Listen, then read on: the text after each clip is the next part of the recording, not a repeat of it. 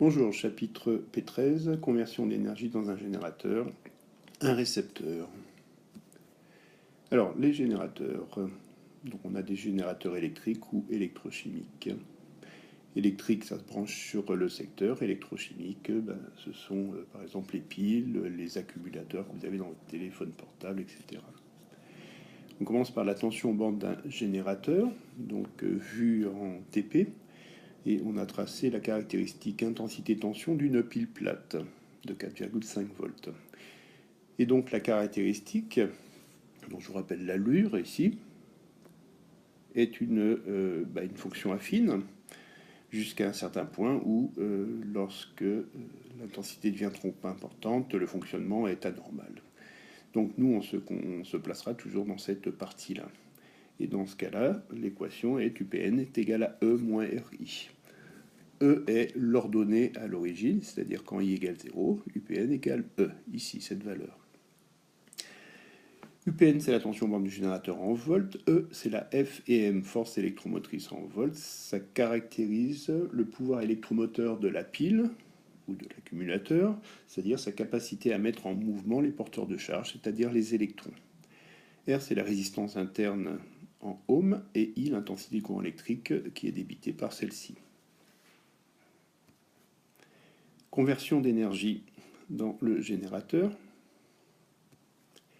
Donc on multiplie par I l'expression de la tension en bande de celui-ci. Donc on obtient UPN fois I est égal à E fois I moins R fois I, c'est-à-dire moins RI carré. Je multiplie par delta T de manière à faire apparaître les énergies. Ce qui nous donne UPN fois I fois delta T est égal à EI delta T moins RI carré delta T. Ici, je vais faire placer cette quantité à gauche de l'égalité de manière à pouvoir identifier avec la loi de conservation de l'énergie. Et donc, par identification, justement, j'obtiens l'énergie absorbée, EI delta T, l'énergie utile, UPN fois I fois delta T, et l'énergie dégradée, RI carré delta T.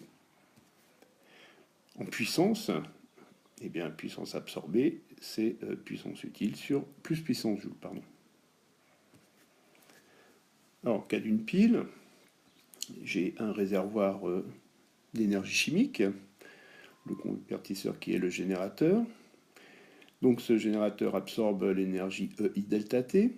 Une partie de cette énergie est utilisée, c'est UPN fois I fois delta T, et une autre dégradée, RI carré delta T. Le rendement, donc c'est UPN sur E, et c'est inférieur à 1, strictement. Les récepteurs maintenant. Tension borne d'un récepteur.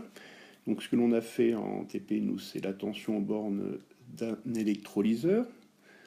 Donc je vous rappelle la forme de la courbe obtenue, c'est celle-ci.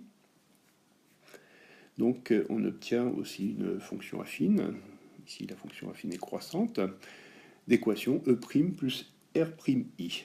Alors E', c'est la force contre-électromotrice, c'est-à-dire c'est la tension minimale à appliquer à l'électrolyseur pour que les réactions débutent aux électrodes, ou bien, si c'est le cas d'un moteur, pour que celui-ci commence à tourner. Donc voilà, tant que je n'ai pas atteint une certaine valeur de UAB qui est égale à E', eh bien I égale 0. Ensuite, vous avez évolution de la tension aux bornes du récepteur. FCEM en volts.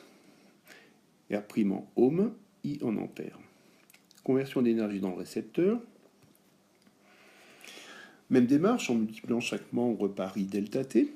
J'obtiens UAB fois I fois delta T égale E I delta T plus R' I carré delta T. Et là, je n'ai pas besoin de modifier quoi que ce soit, puisque lorsque j'identifie à la loi de conservation de l'énergie, eh bien j'ai delta A égale delta EU plus delta ED, qui, par identification, me donne donc l'énergie absorbée par le récepteur, UAB fois I fois delta T. Une partie de cette énergie est utilisée sous forme EI delta T et une autre dégradée sous forme R' carré delta T. Le rendement de conversion, R égale état, est égal à delta EU sur delta EA, soit encore en puissance PU sur PA, égale prime sur UAB, et donc inférieur à 1. Je vous remercie de votre écoute.